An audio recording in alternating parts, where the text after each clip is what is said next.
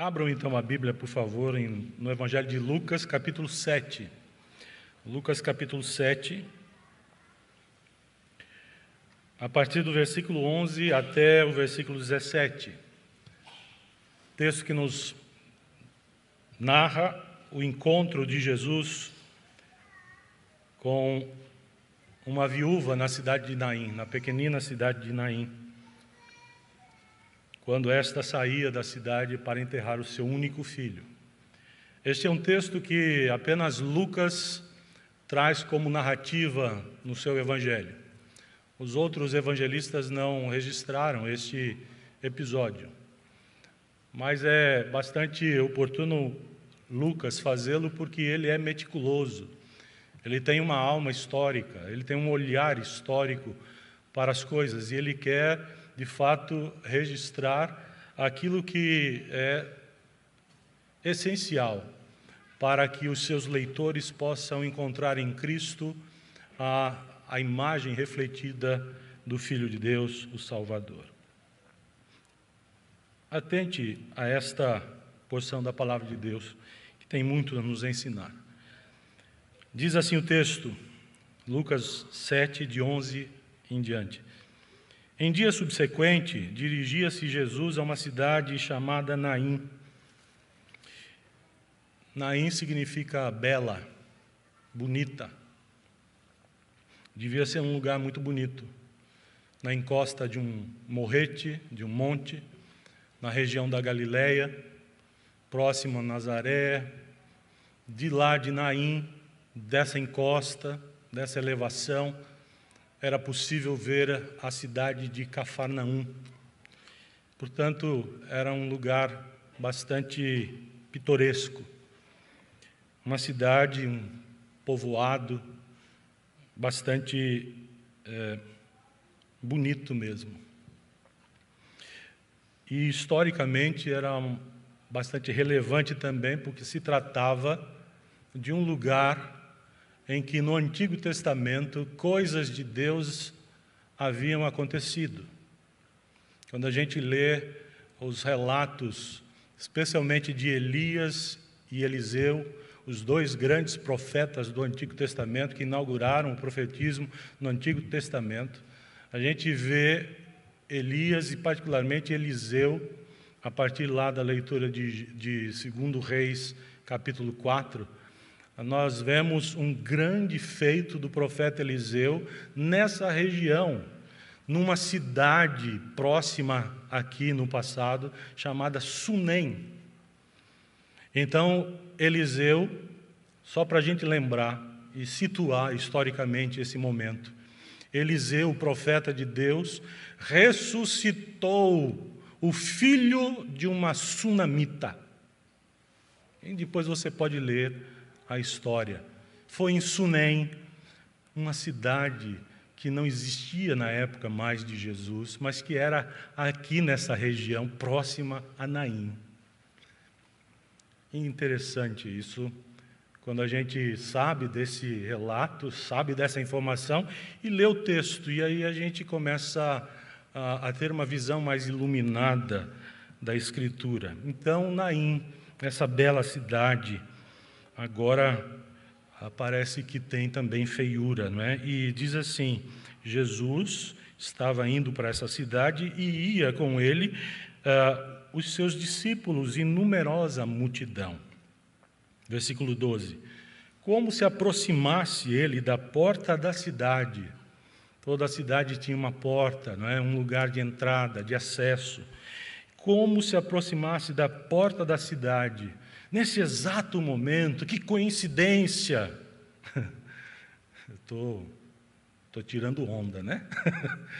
Não existem coincidências. Jesus está fazendo apenas aquilo que a agenda de Deus havia traçado para o seu ministério terreno.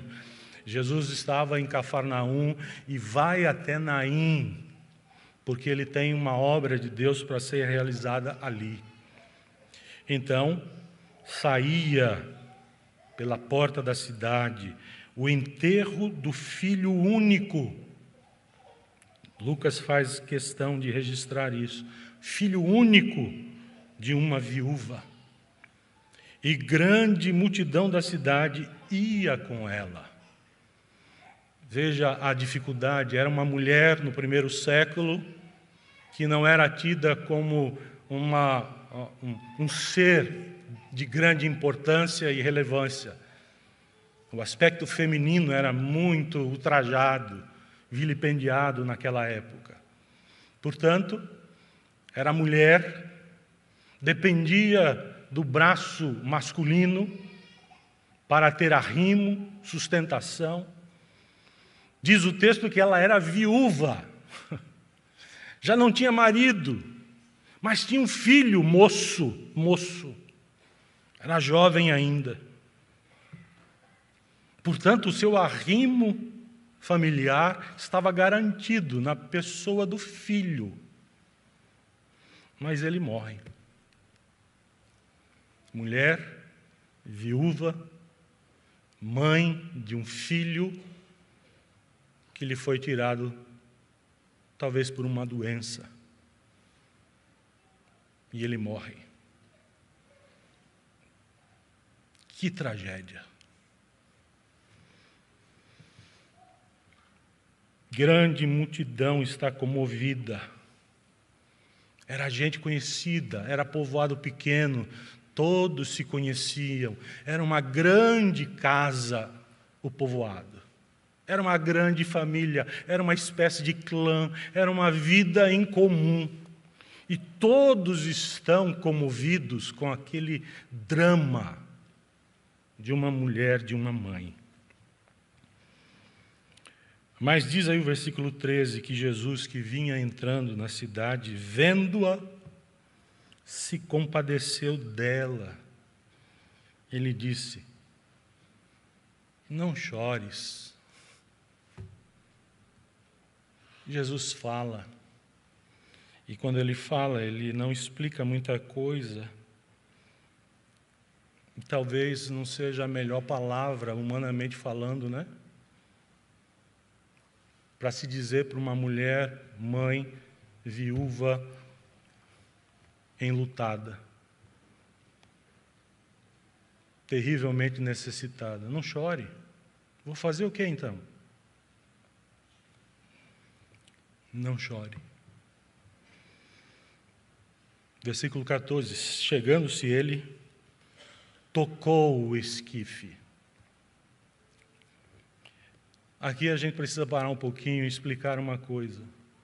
Havia uma lei em Israel, uma lei judaica, que se alguém tocasse no morto, estaria numa condição de impureza ritual.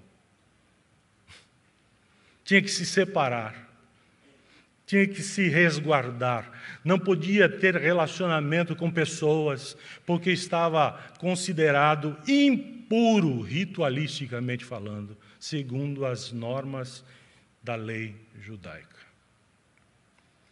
Está aqui alguém que é maior do que o ritualismo legal da lei judaica, e aquele que não olha como o olhar humano identifica os episódios do viver. Ele toca o esquife, e não é um caixão fechado, não é um caixote. Naquele tempo, enleava-se o cadáver em lençóis, e então punha-se numa espécie de maca, e era carregado até a sepultura.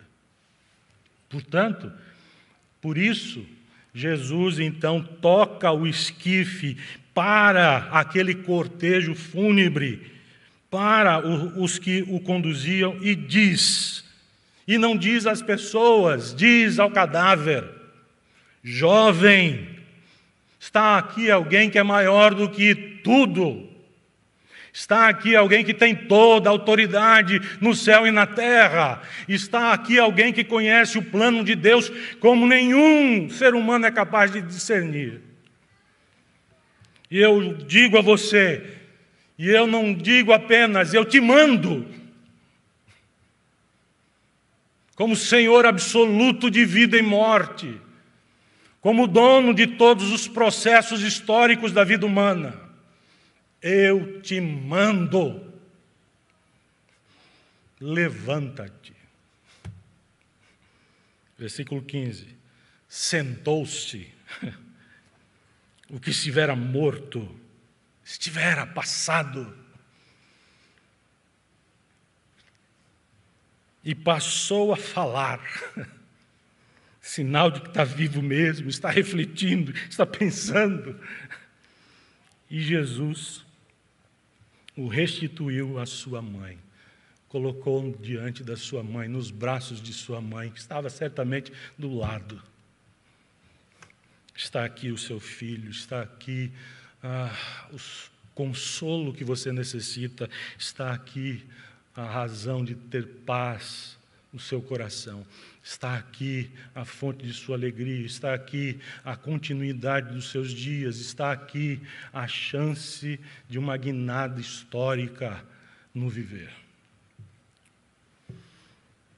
Todos os que estavam ali, aquela pequena multidão, ficaram possuídos de temor e glorificavam a Deus, dizendo: grande profeta se levantou entre nós. Talvez se lembrando da história de Eliseu, que era contada de pai para filho. Um profeta voltou, lembram-se de Eliseu? Mas louvado seja Deus, porque o coração do homem não para mais apenas no aspecto do profeta humano que faz algumas coisas em nome do Senhor, mas antes tem que pedir permissão e tem que orar e tem que clamar ao Senhor para que Ele, se quiser, use seu servo como instrumento e realize a sua obra. Agora, o coração do homem é capaz de dizer também: Deus visitou o seu povo. A expressão aqui significa: Deus não esqueceu de nós. Deus se lembrou de nós. Deus nos visitou. Graça. A graça chegou até nós. Versículo 17. Esta notícia a respeito dele divulgou-se por toda a Judéia, por todo o país e por toda a circunvizinhança. Vamos orar. Senhor, aplica a Tua palavra ao nosso coração e dá-nos olhos para discerni-la como vinda do Senhor. E que possamos nesta noite sair daqui com o coração cheio de Ti e com temor também diante de nós, para nós vivermos de um modo novo, para o engrandecimento do Teu nome. Trabalha conosco então, fala a nossa necessidade, visita-nos com Tua graça. Nós clamamos em nome de Jesus. Amém. Irmãos queridos, o que um encontro com Jesus é capaz de promover na vida de um ser humano que tem esse privilégio de se encontrar com Ele? Eu queria imediatamente extrair dessa leitura pausada, explicada, que nós acabamos de fazer, três coisas muito importantes que o encontro com Jesus oferece. Há três coisas assim, de uma leitura simples, como nós fizemos, que nós podemos extrair, percebendo o que o encontro com Jesus é capaz de nos oferecer na caminhada da vida. Eu diria três coisas rápidas. Primeira, o encontro com Cristo, ele tem a capacidade de frear os poderes da morte que agem sobre nós. Veja que nossa preocupação aqui não pode se ater apenas ao aspecto físico da morte. Esse não é o maior problema. O maior problema é o que pode ser desencadeado com a morte, trazendo para a experiência daquele que teve o rompimento da alma do seu corpo, agora que tem que amargar uma outra experiência de rompimento, o rompimento eterno do seu Criador. Isso sim é problemático, isso sim é terrível. Morrer não é a principal expressão de dor e de sofrimento para nós. Mas morrer sem Cristo, morrer sem graça da parte de Deus, morrer e ter que amargar a eternidade longe do Senhor, isso sim é terrível. Portanto, o encontro com Cristo, está sendo dito aqui para nós, ele tem a capacidade de frear os poderes da morte que agem sobre nós, os poderes que separam, que desagregam a nossa humanidade, a capacidade de sermos homens e mulheres plenos de alegria e de gozar plenamente das bênçãos do Senhor, enquanto estamos aqui. Esses poderes que agem sobre nós, às vezes todos os dias, e como nós temos respirado ultimamente esse ar tóxico, mortífero, nos nossos dias e nos enfrentamentos das situações que nos envolvem. Como a morte tem sido a nossa arqui-inimiga, como ela tem nos incomodado, se não como uma experiência real, como uma lembrança próxima. E que medo, e que insegurança, e que pavor, e que coisa que incomoda, que desalinha o coração, que faz mal à alma, que povoa o pensamento com coisas que não têm relevância nenhuma. O encontro com Cristo freia os poderes da morte que agem sobre nós. Cristo parou o esquife, Cristo interrompeu aquele cortejo de morte. Cristo disse, basta, pare, não é assim, não é para você, não é agora. Não existe nada que possa acontecer com a nossa vida se Deus não estiver presente dando o seu amém. E diante de Jesus, mesmo a morte recua e cede lugar para que as manifestações vivificadoras da graça de Deus apareçam com maior força e com maior intensidade. Nem a morte é suficiente para frear o plano de Deus de acontecer na nossa vida. Nem a morte tem esse poder de ser mais forte do que a vontade do Deus que se encarnou e que quis salvar. Aqueles que são seus serão alcançados e desfrutarão de sua graça. A morte recua, a morte cede lugar para que as manifestações vivificadoras da graça de Deus apareçam no nosso dia a dia. Segunda coisa rápida que nós podemos observar aqui dessa leitura do texto é que o encontro com Cristo também resgata a esperança dentro de corações arrasados e desamparados. Se você estivesse naquele lugar, ao longe, só observando a cena do cortejo fúnebre, você estaria observando e ouvindo, certamente, choro de lamento, gritos, pessoas batendo no peito. Você veria uma cena dilacerante para o coração humano, triste. Você seria tocado pela cena. O semblante daquela mãe o comoveria, certamente. Mas quando Cristo chega, Ele resgata a esperança dentro de corações que estão arrasados, dilacerados, desamparados, sem qualquer ponto de equilíbrio, sem qualquer chão debaixo dos pés, sem qualquer lugar de segurança. Cristo resgata a esperança. Ele toca no esquife, Ele ressuscita o morto, Ele dá ordens para que as coisas de Deus apareçam naquele lugar e naqueles corações, e tudo acontece. E eu percebo, então, que somente Jesus, de fato, tem a condição plena para consolar corações desalentados, desamparados, desprotegidos, arrasados. Somente Jesus pode consolar com perfeição um coração arrasado pela dor da morte. Ninguém mais. Jesus aqui, com esse milagre, com essa ressurreição, Jesus, os evangelhos registram 3 momentos em que Jesus ressuscita mortos. Este é o primeiro momento. Os outros 2 dizem respeito ao jovem também, a jovem também, filha de Jairo, o líder da sinagoga de Cafarnaum. Em seguida, Lucas vai falar sobre isso. E o terceiro evento de ressurreição é do seu amigo Lázaro, registrado lá em João capítulo 11.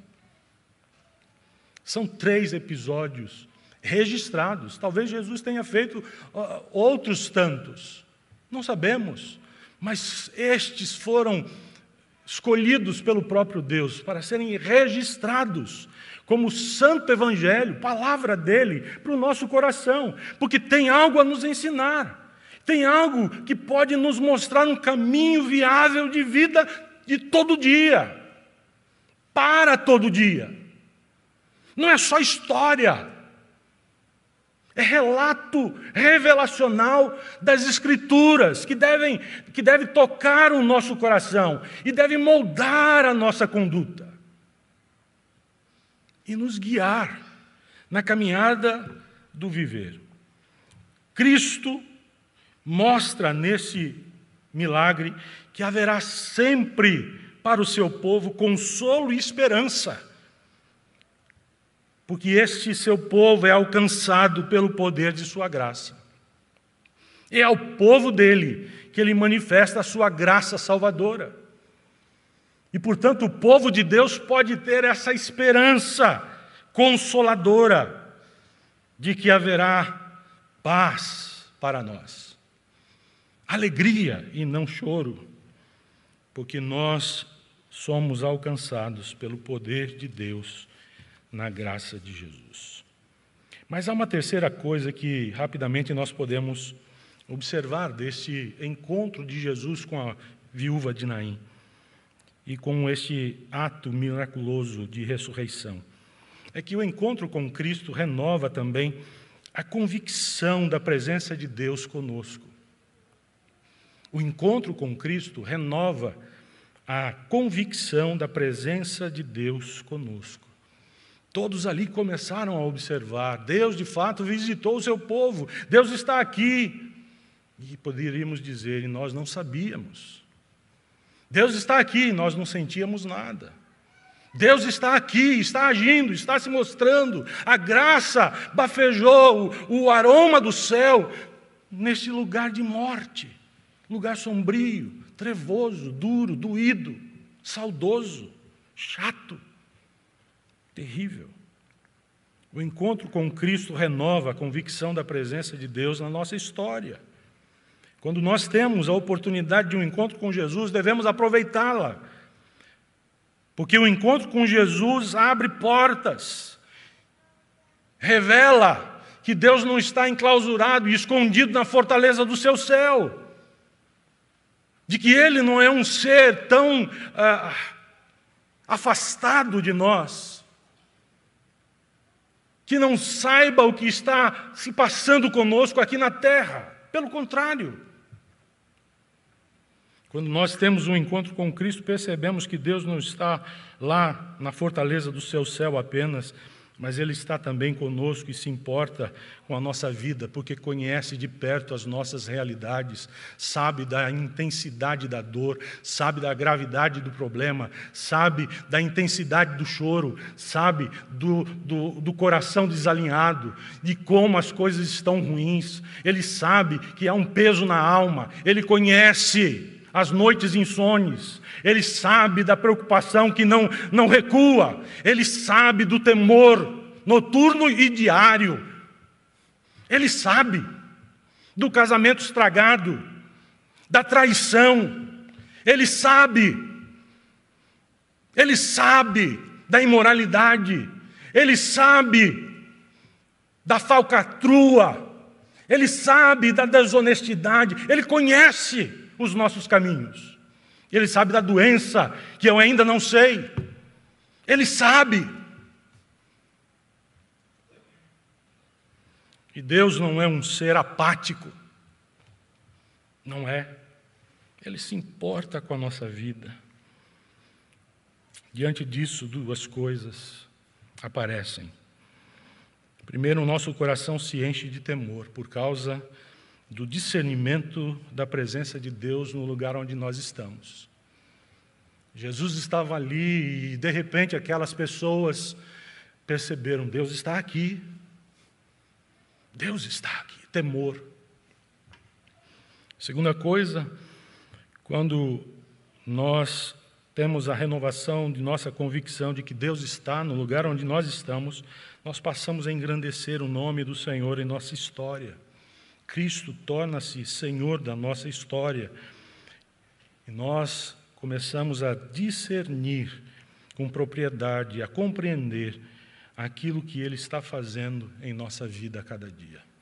Vemos o seu agir, em vez de ficarmos pulando de alegria e celebrando abobalhadamente, de alguma maneira, aquilo que Deus faz por nós, nós engrandecemos o nome dEle, nós o exaltamos e dizemos: Tu és grande, porque nós somos miseráveis e não merecemos nada de Ti, mas a despeito disso, o Senhor estende a mão, nos envolve, nos abraça com os braços da graça de Deus e nos traz uma segurança que em nenhum lugar do mundo nós poderíamos desfrutar dela.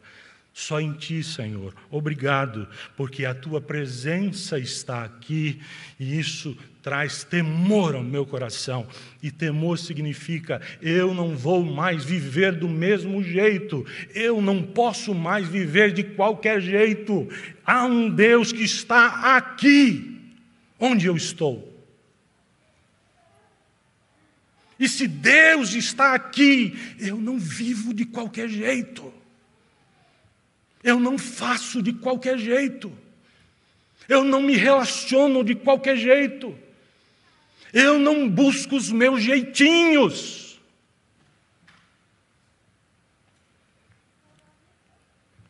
A presença de Deus traz temor. E como resposta a esse Deus Emanuel, ao Deus conosco, nós o engrandecemos. Nós o exaltamos como Deus de nossa história. 3 coisas simples do Evangelho. Mas eu tenho mais coisas para vocês. Aguentam? Algumas lições. Lições que nós devemos extrair da graça de Deus. Presente aqui. Porque veja, são pessoas como nós, enterrando outras pessoas, como nós fazemos. Pessoas enfrentando terríveis problemas, passando por terríveis necessidades, como nós. Mas no meio de tudo isso está Cristo como a manifestação viva da graça de Deus. E entenda a graça não apenas como um favor imerecido de Deus para conosco, como a doutrina da graça afirma, mas entenda a graça de maneira prática, como aquilo que ocorre na nossa vida sem a presença de Deus, impossível, com a presença dEle, por causa dEle, totalmente viável. E por isso, de maneira surpreendente, nós somos tomados pelo bafejo da graça de Deus na nossa caminhada histórica, terrena. E eu queria que você, comigo, que nós aprendêssemos algumas coisas aqui importantes sobre a graça de Deus, revelada aqui por Jesus nessa ressurreição do moço. O que temos que aprender aqui? Em primeiro lugar, compreendamos que a graça de Deus ela é soberana e livre. A primeira coisa que você precisa entender é que a graça de Deus, aquilo que Deus tem para fazer na nossa história, isso Ele fará de maneira soberana e livre. Veja, na leitura que nós fizemos, pausada, você pôde perceber que ninguém naquele cortejo, Ninguém ali estava esperando ter um encontro com Jesus. Jesus não havia marcado hora com aquelas pessoas e com aquela mulher. Ninguém ali pensou, imaginou vagamente que algo da parte de Deus pudesse acontecer naquele lugar. Sabe o que estava passando na cabeça daquela gente? Eu posso aventurar algumas coisas. Vamos enterrar esse moço logo, hein? A hora está passando, ele vai começar a ficar mal cheiroso, hein? Vamos lá.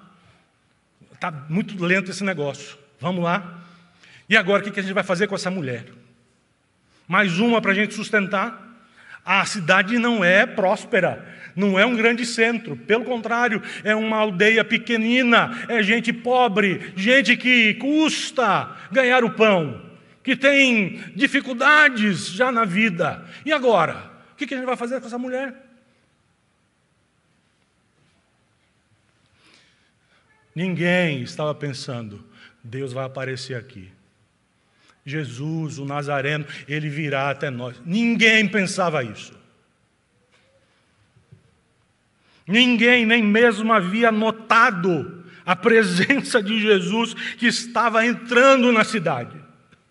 Ele vinha com uma multidão atrás dele. Era uma pequena multidão saindo e uma grande multidão entrando. E nesse encontro de multidões, Jesus não está sendo visto. É mais um no meio de tantos. Mas a despeito de tudo, de todas as elucubrações da cabeça humana, Jesus apareceu. Jesus notou a tristeza daquela mãe. Jesus se compadeceu. Jesus interveio. Jesus freou o esquife. Jesus comandou um outro processo. Ele freia o cortejo da morte e instaura a caminhada da vida ao lado dele. Agora é comigo, porque a graça os alcançou. Mulher, eis aí o teu filho.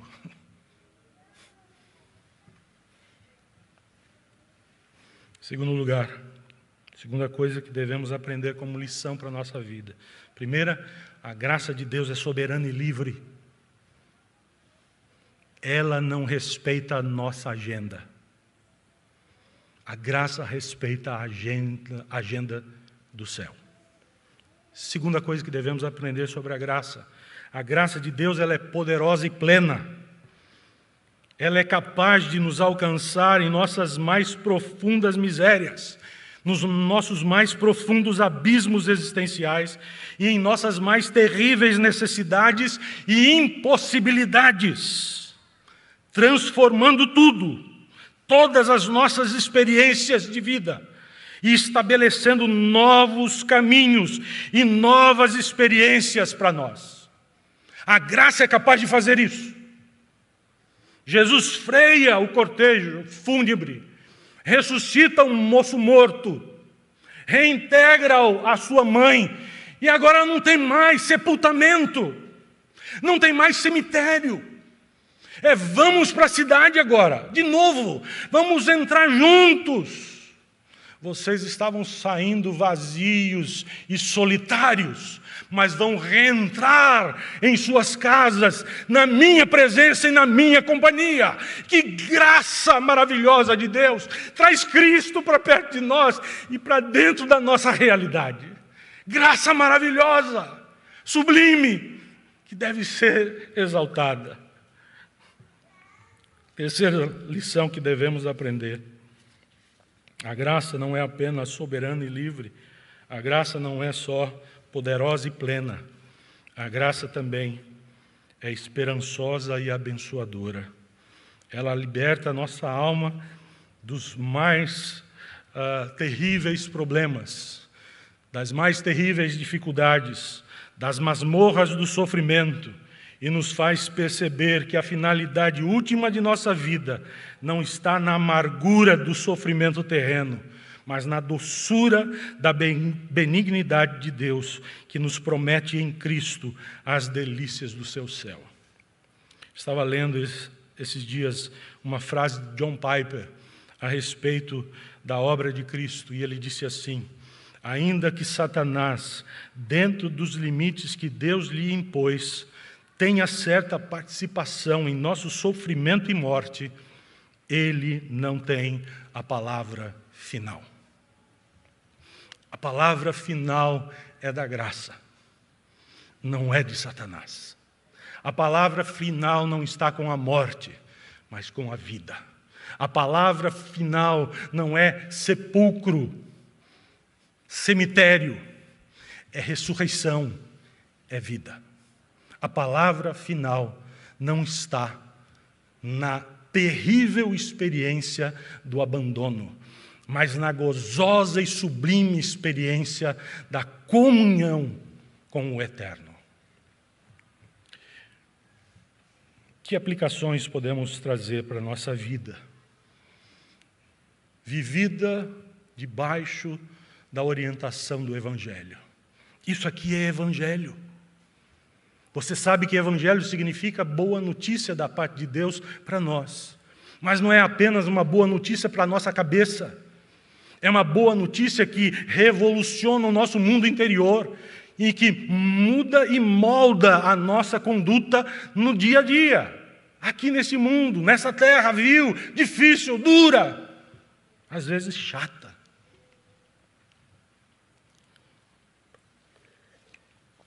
Queria deixar duas aplicações dessa porção do Evangelho para o nosso coração, para que nós tenhamos um posicionamento mais decidido diante do próprio Evangelho de Deus. Duas aplicações. Primeira, lembre-se que o Evangelho de Deus não nos foi dado apenas para trazer um conhecimento aprimorado acerca de realidades espirituais que estão escondidas. Pelo contrário, o Evangelho nos foi dado para abrir os nossos olhos e nos fazer enxergar em Cristo que nós somos alvos do amor de Deus. Ainda nesta vida, ainda neste mundo, nesta terra difícil de ser experimentada. O Evangelho nos foi dado para que nós percebêssemos que em Cristo somos alvos do amor de Deus, de que Deus não está longe, escondido, mas se importa, se envolve, se interessa por nossa história. A minha pergunta diante disso a você é: que resposta você pode apresentar à tamanha manifestação do amor de Deus por sua vida? Que resposta você pode apresentar à tamanha manifestação do amor de Deus por sua vida? Eu adianto para você que a melhor resposta ao amor de Deus derramado em nossos corações é em termos de devolução desse mesmo amor a Ele, na forma de devoção, de consagração, de adoração, de serviço ao reino, de vida entregue nas mãos do Senhor. Eis aqui, Senhor, tudo que sou, tudo que tenho, para o teu inteiro louvor e agrado. Eis aqui a minha história, que não é minha, porque ela é escrita pela tua própria mão graciosa.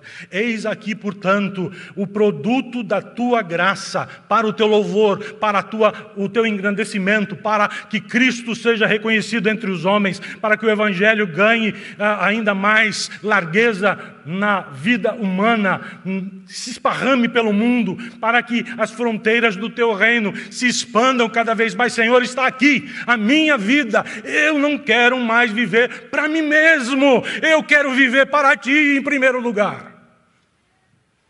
Irmão, não tenha medo, irmã, não tenha medo de viver em primeiro lugar para Deus. Não tenha medo. Lembre-se de quem é o seu Deus. Jesus Cristo disse nas suas bem-aventuranças, numa delas, Ele disse que o mundo é nosso, o mundo será nosso. presente do Senhor. Mas quem é que vai conquistar o mundo? Quem é que vai possuir o mundo? Quem é que vai governar sobre o mundo? Quem é? Os bem-aventurados, os felizes, que encontram a razão da felicidade não na sua força, no seu poder, na sua capacidade de empreendimento, na sua capacidade financeira, na sua capacidade cultural, na sua habilidade para negociação. Não!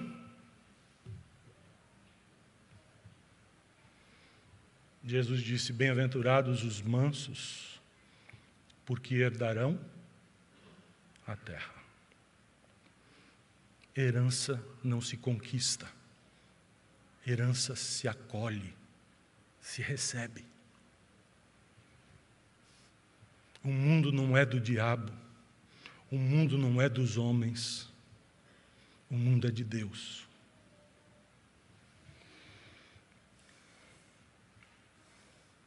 Que resposta você pode apresentar ao tamanho do amor de Deus manifestado para com a sua vida? O que você tem a apresentar? Devoção, consagração, serviço, vida, entregue, adoração. Segunda aplicação. Primeira é: o Evangelho nos foi dado para abrir os nossos olhos e nos fazer enxergar que em Cristo somos alvos do amor de Deus.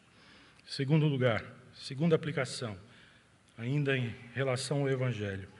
O Evangelho nos foi dado também para transformar a nossa vida, trazendo o consolo e a paz de Deus para dentro da nossa história, a ponto de nós termos um novo sentido para viver. Transformação de vida. Aquelas pessoas que estavam no cortejo fúnebre, saindo da cidade em direção ao cemitério, não imaginavam o que é que estava para acontecer. Cristo estava entrando, e ele entrava na cidade para realizar a obra de Deus nela. E ao realizar esse milagre, Jesus reconduz a todos, a mãe e filho, e aos demais, toda aquela gente, de volta para a cidade, como eu já disse, na sua companhia. A minha pergunta para você é: para onde você está caminhando? Para onde você está indo? O que o aguarda na curva da vida, quando o dia da prestação de contas chegar? O que o aguarda? Eu estou livre da pandemia, consegui, fui vacinado, estou tranquilo, né? Você vai morrer. Me perdoe ser franco assim. Você vai morrer uma hora. Ninguém vai ficar aqui para raiz ou semente, não é? Para onde você está indo? Você está indo para o cemitério?